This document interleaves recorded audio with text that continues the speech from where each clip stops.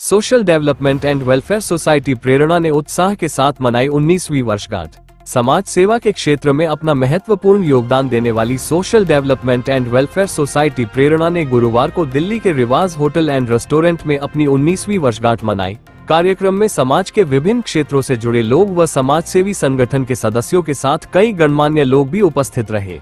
इस मौके पर संस्था के संस्थापक डॉक्टर पलविंदर सिंह ने अपने विचार रखते हुए कहा कि हमारा मुख्य उद्देश्य समाज के वंचित वर्गों को सशक्त बनाना और उनके जीवन में सकारात्मक बदलाव लाना है। आपको बता दें कि संस्था ने पिछले 19 वर्षों में शिक्षा, महिला सशक्तिकरण व स्वास्थ्य सेवाएं और बाल कल्याण जैसे क्षेत्रों में कई महत्वपूर्ण कार्य किए हैं। इसके अलावा अन्य लोगों ने क्या कुछ कहा, आइए देखते हैं हमारे सिटी संवाददाता मारीदास की ये रिपोर्ट। धन्यवाद। पिछले काफी वर्षों से प्रेरणा जो है कार्यरत है फील्ड के अंदर में, तो इस बार ही हम लोगों ने सोचा कि क्यों ना डोनर्स के साथ और बाकी की मीटिंग्स होती रहती हैं, तो हम लोग क्यों ना ऐसे अपने स्टाफ, वर्कर्स और अपने जो बेनिफिशियरी हैं उनके साथ हम लोग काम करें और उनको बुला करके गेट टुगेदर किया जाए। तो इसलिए एक छोटा सा गेट टुगेदर हमने रखा जिसमें कि हमारा सारा स्टाफ और सारे हमारे बेनिफिशियरी, सारे तो नहीं कह सकते बट एक दो जो बेनिफिशियरी हमारे साथ जो पिछले करीब 15-15 वर्षों से जुड़े हुए हैं, जिनके लिए हमने काम स्टार्ट किया था, वही लोग आज तकरीबन हमने इस शो के अंदर में यहाँ पर इस इवेंट में हम लोगों ने बुलाया। तो ये जो Prerna social development and welfare society जो आपने शुरू किया, इसकी प्रेरणा कहाँ से मिली और इसका नाम प्रेरणा कैसे पड़ा और किस तरह के काम करते हैं? जैसे कि प्रेरणा अपने आप में एक नाम है, वो उसकी मीनिंग ये है कि इनकरेजमेंट। तो हमारा मतलब था कि हम खुद तो कुछ करें और लोगों को भी इनकरेजमेंट दें ताकि वो भी कुछ करें, और उसी को लेके इसका नाम हमने प्रेरणा रखा। ये एक विशेष उद्देश्य से लेकर के हमने स्टार्ट किया था 2002 में, और उस टाइम कुछ ये सोच के किया था कि जिसमें हमारा फायदा होगा, लेकिन वो फायदा तो नहीं, 1 या 2 साल बाद उसका मोटो बदल गया और फिर ये सामाजिक कार्य में हम लोगों ने इसमें इन्वॉल्व करके बाकी के सब लोगों को साथ जोड़ करके और फिर ऐसा कुछ कर दिया कि लोग जुड़ते चले गए, और ये 18-19 साल कैसे बीत के हमें खुद भी पता नहीं लगा। तो किस तरह के सामाजिक कार्य इसमें हम मान के चलिए कि हम लोगों ने शुरू किया था चाइल्ड एजुकेशन से। एक क्रैच बनाई थी हम लोगों ने, स्टार्टिंग क्रैच से किया था, और क्रैच जो थी वो चलते फिर उसमें हम लोगों ने एजुकेशन की फील्ड में आ गए, और आज हमारे करीब 8 फ्री स्कूल चल रहे हैं, जिसमें 4000 से ज़्यादा बच्चे हमारे स्कूलों में शिक्षा लेते हैं बिल्कुल फ्री, और करीब 9000 बच्चे हमारे पास में जो हमारे स्कूलों में नहीं आ सकते हैं, उनके लिए हम लोग उनके स्कूल की पूरी फीस जो है वो हम स्पॉन्सर्स करते हैं और वो स्कॉलरशिप के रूप में उन बच्चों को दी जाती है। तो टोटल करीब 13,000 से ज़्यादा बच्चों को हम लोग आज की डेट में एजुकेशन दे रहे हैं, विमेन एम्पावरमेंट के ऊपर काम कर रहे हैं, वोकेशनल ट्रेनिंग्स के ऊपर में काम कर रहे हैं, महिलाओं को सशक्त बनाना, उनकी ट्रेनिंग्स पे काम करना, उनके ब्यूटी पार्लर की ट्रेनिंग देनी, उनको टेलरिंग कटिंग की देनी। और अभी आने वाले टाइम में हमारा एक इवेंट है 11 जैन को, जिसमें कि ये जितनी हमारी महिलाएं जो काम करती हैं, जो बनाती हैं, वो हम वहाँ पे स्टॉल में लगाएंगे कि उन्होंने क्या बनाया है और क्या लगाया है वहाँ पे।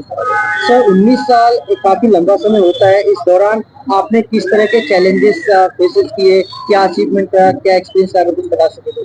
देखिए, चैलेंजेस हर काम में होते हैं। मैं समझ रहा हूँ कि आप कुछ भी शुरू कर दीजिए उसी में चैलेंजेस हैं, तो डे 1 से हमें चैलेंजेस मिले। पहले रजिस्ट्रेशन नहीं था, तो आए दिन कोई ना कोई अथॉरिटीज आके कि आप ये क्यों करते हो, जैसे कि अथॉरिटीज का काम है कि नहीं करने देते हैं। फिर रजिस्ट्रेशन हुआ, फिर एक रजिस्ट्रेशन दूसरा है कि आज के डेट में आप किसी को भी फ्री भी अगर कुछ दे रहे हैं ना, तो वो लेना नहीं चाह रहा है।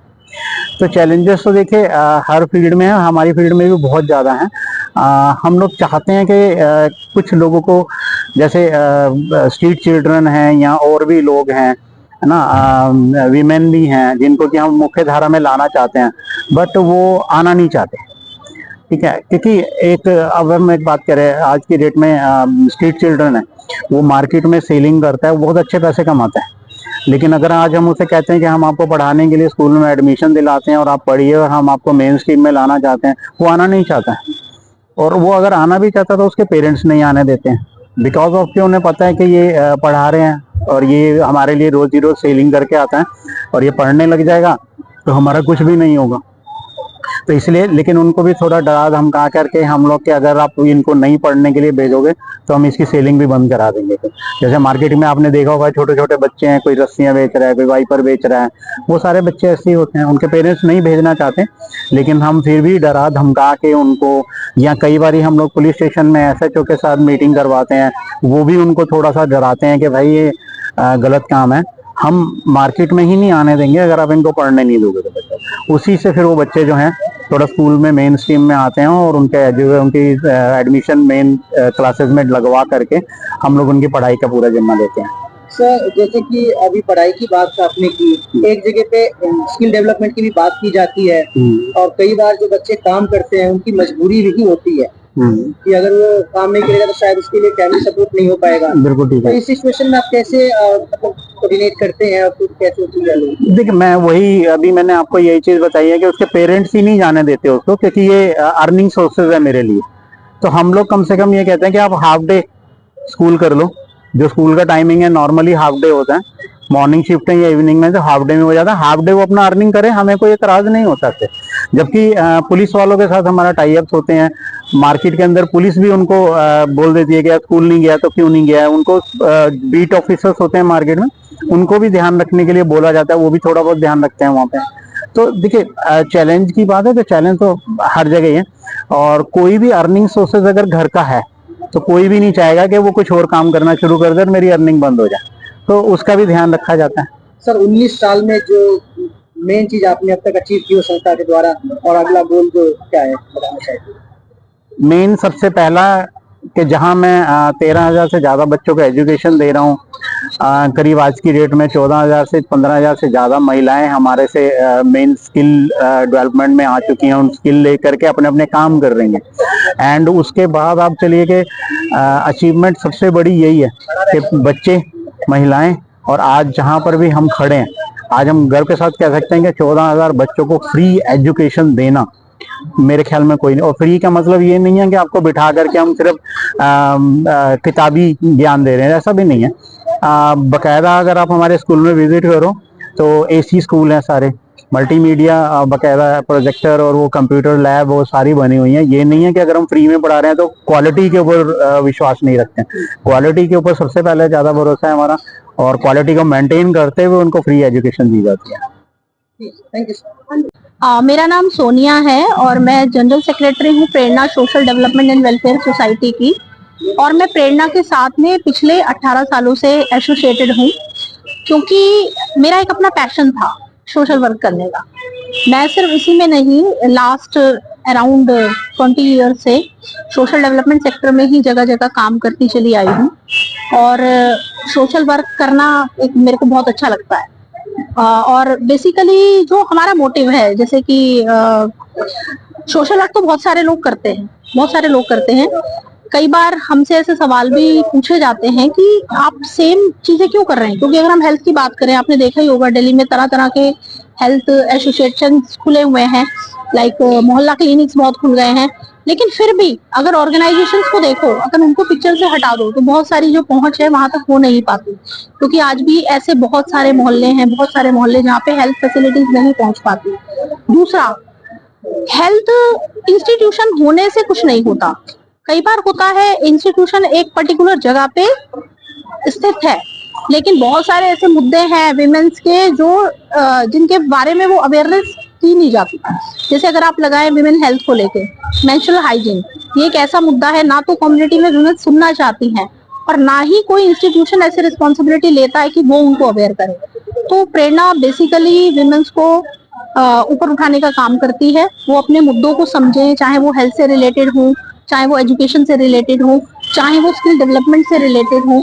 इस तरह की चीजों को हम लेकर कम्युनिटी तक जाते हैं, और हमारा मानना है कि सब लोग हमारे साथ आए, सब लोग हमारे इस अभियान में हमारे साथ जुड़े, ताकि हम सभी की कहीं ना कहीं एक रिस्पॉन्सिबिलिटी बनती है कि हम सभी सोशल वर्क करें और सभी इस चीज को आगे बढ़ाने में हमारा सहयोग। Thank you so much. नमस्कार जी, मेरा नाम दीक्षा शर्मा है। मैं फरीदाबाद भूपानी से आई हूँ, और आज प्रेरणा के एनिवर्सरी है, तो जी प्रेरणा के लिए सबसे पहले बधाइयाँ। उसके बाद में प्रेरणा से हम 11 साल से जुड़े हुए हैं, 10 से 11 साल से। और रीजन ये है प्रेरणा से जुड़ने का कि सबसे पहले तो मैं एक हेल्प के बेसिस पे मैं पलविंदर सर के पास गई थी। मुझे एक हेल्प चाहिए थी।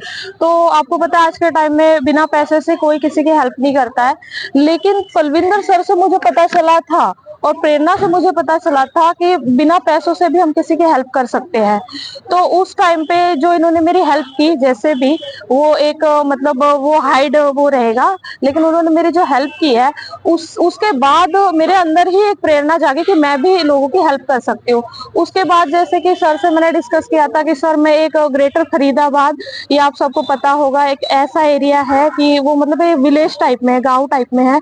तो वहां पर लोगों की सोच ये है कि लड़कियों ने सिर्फ 10th तक पढ़ाई करके आगे फिर वो कुछ नहीं कर सकती, शादी हो जाती है। उसके बाद मुझे ये पता चला कि भाई हम उनकी ना बिना पैसों से हम हेल्प कर सकते। तो सर ने मुझे सजेशन दिया था कि दीक्षा, अगर तुम भी पुण्य कमाना चाहती हो, तुम भी लोगों की हेल्प करना चाहती हो, तो प्रेरणा से जुड़ के तुम हेल्प कर सकते हो। तो इस तरह से हमने वहां पर मैंने एक एक्स्ट्रा एजुकेशन देने का काम स्टार्ट किया। मतलब कि हमने एक कंप्यूटर क्लास वहां पे ओपन किया प्रेरणा के सहयोग से, और वहां से हम बच्चों के स्कॉलरशिप बेसिस पे कंप्यूटर क्लास प्रोवाइड करते हैं, खास करके बेटियों के लिए, कि हमारी बेटियां आगे बढ़े, आगे जाए, और उन्हें अपने फैमिली के परमिशन के साथ, क्योंकि फीस तो वो दे नहीं पाएंगे, वो आने नहीं देंगे, तो हम एक स्कॉलरशिप बेस पे उनको कंप्यूटर क्लास का एजुकेशन देते हैं, जो कि वो उस हमारे प्रेरणा के सहयोग की वजह से वो बेटियां आगे बढ़ती है। कुछ ना कुछ उन्हें आगे जाके फ्यूचर में उस कंप्यूटर क्लास के बेस पे वो कुछ तो कर पाएगी, पीछे नहीं आएगी, वो कहीं कभी भी मतलब लाइफ में पीछे नहीं रहेगी। तो इस तरह से हम एक छोटा सा सहयोग कर रहे हैं, और मुझे इस सहयोग में साथ रहने में बहुत अच्छा लग रहा है, बहुत प्राउड भी फील होता है। Thank you Prerna, thank you so much. मेरा नाम सुभाष कुमार यादव है। मैं बचपन से अकेला, माँ बाप के बाद अकेला रहा हूँ जंगलों में, और मैं प्रेरणा एनजीओ से कम से कम 17-18 साल से जुड़ा हुआ हूँ। उससे पहले मैं चोरी चकारी हर चीज करी है, मतलब जो बेघर बच्चा होता है वैसे था। उसके बाद प्रेरणा एनजीओ के साथ मैं जुड़ा, उनके साथ उन्होंने मुझे काउंसलिंग वगैरह अपने बारे में समझाया, कैसे लाइफ जिए। उन्होंने मुझे पढ़ाने की बहुत कोशिश की, जब मैंने पढ़ा भी 8वीं तक पढ़ी है, और आज मैं ड्राइविंग, अपना घर द्वार बच्चे सब हैं। और भैया का मैं थैंक यू करना चाहता हूँ, थैंक यू, क्योंकि उन्हीं की कृपा से मैं आज सही मुकाम पे हूँ इस टाइम। क्योंकि पहले मुझे ये भी समझ में नहीं था, माँ बाप नहीं है तो लाइफ कैसे जी जाए। और बचपन में मैंने बहुत चीज देखी थी उस हालत पे, ना खाने को, ना पहनने को, ना सोने को, हर कोई मतलब एक बुरी नजरों से देखते थे। जब इनके साथ जुड़ा, इन्होंने मुझे समझाया, पढ़ाया, उस बारे में बताया भी, और आज जो भी जॉब कर रहा हूँ मैं भैया दीदी के वजह से ही कर रहा हूँ। और आज मैं बैठा भी हूँ तो इन्हीं की वजह से बैठा हूँ, क्योंकि ये नहीं होते तो मैं हो सकता था मैं आज इधर भी नहीं होता सीधा। आप जैसे आपने बताया कि आप भटके हुए थे, तो आप इन्हें कैसे मिले? मैं सड़कों में घूमता था, दीदी काउंसलिंग, दीदी हमको मिलने के लिए आती थी, पढ़ाने के लिए आती थी सड़कों पे, तो हमको समझाते। उस टाइम तो हम समझते नहीं थे, क्योंकि कौन अनजान है, कौन, हर तरफ से धोखा मिला हुआ था। तो उस टाइम इन्होंने धीरे धीरे आए, हमारे पास आए, तो उन बारे में खेल कूद पढ़ाई धीरे धीरे करवाई, तो इनसे जुड़ते चले गए, और जुड़ते चले गए तो फिर एक तरीका भी समझ में आया, आगे जिंदगी कैसे चलनी है, कैसे लोगों के साथ व्यवहार करना, और उनके साथ कैसे मतलब जिंदगी को लेके जाना, आगे बढ़ना। तो उधर से ये चीज सीखी है। आज जहाँ कुछ भी नहीं था, आज मेरा खुद का अपना घर है, बच्चे हैं, अपनी खुद की जॉब है। और भैया और दीदी का इन्हीं चीजों में मैं थैंक यू करना चाहूंगा, क्योंकि मुझे नहीं लगता जो इस टाइम मेरी जो लाइफ है ना, इन्हीं की वजह से है। और ये नहीं होते, हो सकता था मैं कहीं से कहीं होता, और हो सकता था मैं डेड भी हो जाता। मेरा नाम रिशाना है और मैं पिछले 4 सालों से प्रेरणा एनजीओ में जॉब कर रही हूँ और मेरा काम ये है कि मैं सिलाई सिखाती हूँ और वहाँ पे लेडीज और लड़कियां हैं उनको सिखाती हूँ और वो अपना भी काम है कि आगे करती हैं, आगे करना चाहती हैं। जैसे कि मतलब कि अपने लिए कुछ है कि घर में प्रॉब्लम्स चल रही हैं तो मैं उन्हें ऐसा बनाती हूँ कि वो इंडिपेंडेंट हो सके। तो ये मैंने सब प्रेरणा से सेंटर में किया है। देखा ना, आपको कैसा लग रहा है कि आप स्टार्ट है? हाँ, पहले मेरा मतलब ये है कि जब मैंने यहाँ पे शुरू किया था तो मुझे लगता कि शायद मैं नहीं कर पाऊंगी इस चीज को। फिर करते करते मुझे एक इतना एक्सपीरियंस हो गया है अब कि मुझे मतलब पहले मुझे नर्वसनेस होती थी बहुत ज्यादा लोगों से बात करने में, पर अब मैं इतना करने लगी हूँ कि मैं लोगों से आराम से बात कर सकती हूँ और उनको अच्छे से सिखाती हूँ। मेरा नाम मुकेश है और मैं प्रेरणा एनजीओ से जुड़े हुए मैं 2007 में जुड़ा था और जब से साथ प्रेरणा से जुड़ा हुआ हूँ और मैं प्रेरणा में ही काम कर रहा हूँ। और मैंने प्रेरणा में काम करते हुए मैंने 10th किया, 12th किया और प्रेरणा के साथ ही अभी रेगुलर काम कर रहे हैं और पलविंदर सर के साथ काम करके बहुत अच्छा लग रहा है। और मेरा जो एनजीओ में काम है वो फील्ड कोऑर्डिनेटर का है, जो भी फील्ड का काम होता है वो मैं देखता हूँ। मेरा नाम रेनू है और मैं प्रेरणा एनजीओ से 2 साल से जुड़ी हुई हूँ और मैं शशि गार्डन के जो स्लम एरिया है वहाँ पर औरतों के साथ में और बच्चों के साथ में काम करवाती हूँ। जो बच्चे हैं वहाँ पे पढ़ने के लिए आते हैं और उनको स्कूल और एक घर से अलावा एक नई जगह मिलती है जहाँ पर वो बिना झिझक आकर अपनी बात को कह पाते हैं, मजे करते हैं, पढ़ते हैं मजे मजे में। और वैसे ही साथ में एक सिलाई सेंटर चलता है, वहाँ पर औरतें जो हैं आकर सिलाई सीखती हैं, औरतें और लड़कियां, जो कि उनका आने वाले समय में आगे उनको काम देता है। वो घर में बैठ के लोगों के कपड़े सिलती हैं और उनके जो भी मतलब अपने गुजारे के काम को आगे चलाती हैं।